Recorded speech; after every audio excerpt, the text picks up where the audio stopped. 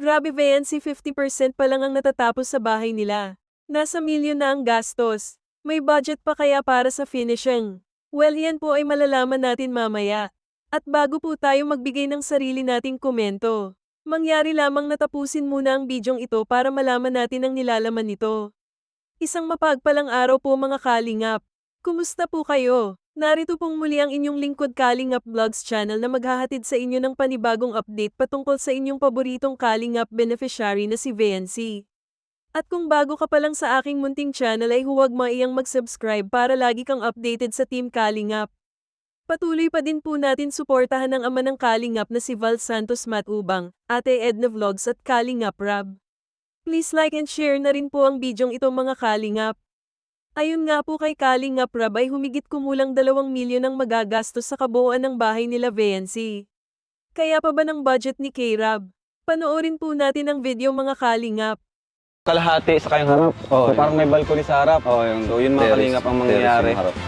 At andito si Makma kasama natin. So mga ilang araw insan nang abutin yung pagbuhos nyo? Ano lang, maghapon lang. Maghapon lang? Maghapon lang binuhusan. Ayos. Kasi nagdagdag tayo ng manpower para... Kaya pala ang dami ngayon, no? Kompleto lahat yung... Bibiro talagang magano ngayon insan, ano? Pag lalo pagbuhos, kailangan talagang mga trabahador. Saka hindi pwedeng maputol kasi yung buhos ng slab. So, yun lang man yung pinakamahirap gawin dyan, ano? Yun na lang. Pagkatapos niyan? Pagkatapos niyan, angat na. Hostay na naman yan, pataas, asintada. Sintada na naman, na. tapos bubong na. So ito lang talagang komplikado sa kayong pagbukay, no? Mahasel lang naman talaga yung puting tsaka yung slab. Kaya yun. So, mga nasa ilan, sa tingin mga ilang percent na yan? Pag sa bahay kasi, pag nakabuhos ka ng slab, halos nasa 50%. Yun, tama sabi ko kanina, nasa 50% na ito kasi yung slab.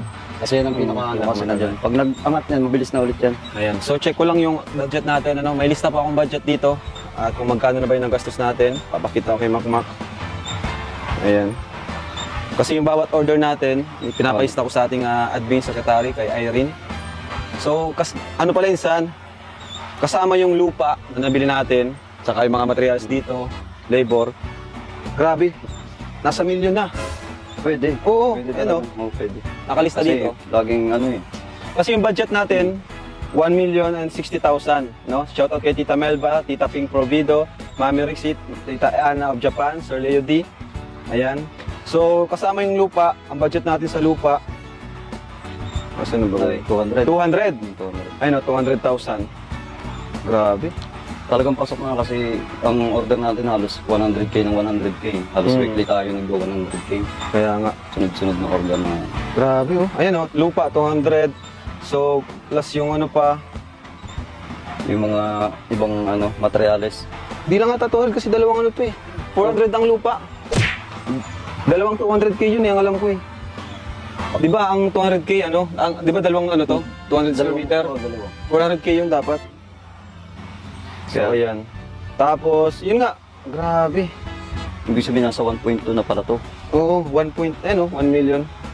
Nakalista po sa ating mga kalingap. Kasi malaki naman kasi talaga itong bahay. Grabe. Hindi na nakakagulat yun. Kaya sabi ko sa'yo, pag kung talagang... lalo Ayan na po, kung pakita mo. luxury materials, baka mag 3 million talaga. Kita kami. Ito, para di kami makita. Lalo na kung gagamitin talaga. Abot talaga yan sa tingin ko mga 2 million. Pwede. 2 million yan. Hindi, kasi naman dito, kasama naman kasi yung lupa. So kung alisin natin yung lupa, minus 200, nasa ano pa lang siya? Nasa mga 800. So guys, ayun 800, mga 800. Basta sa 1.5, ano na yan, kayang ma-finish yan. 1.5 finish siya. Finish yan. Tapos yung sunod, yung mga architectural, Yun na pa talaga. yung mapamahal. Yun pa ang papamahal. So yun mga kalingap. Kasi Bintana, pinto. di pa nga kompleto yung labor dito. Tingnan mo, isa lang yung nasa labor dito. Guys, mga kalingap, yung nasa labor dito, isa lang yung nailista ko, 37,000. Ilang linggo na po ito. Kada linggo, ang labor namin nasa almost 30 to 40. So kulang pa to ng mga siguro nasa 150k, mga ganun sa labor.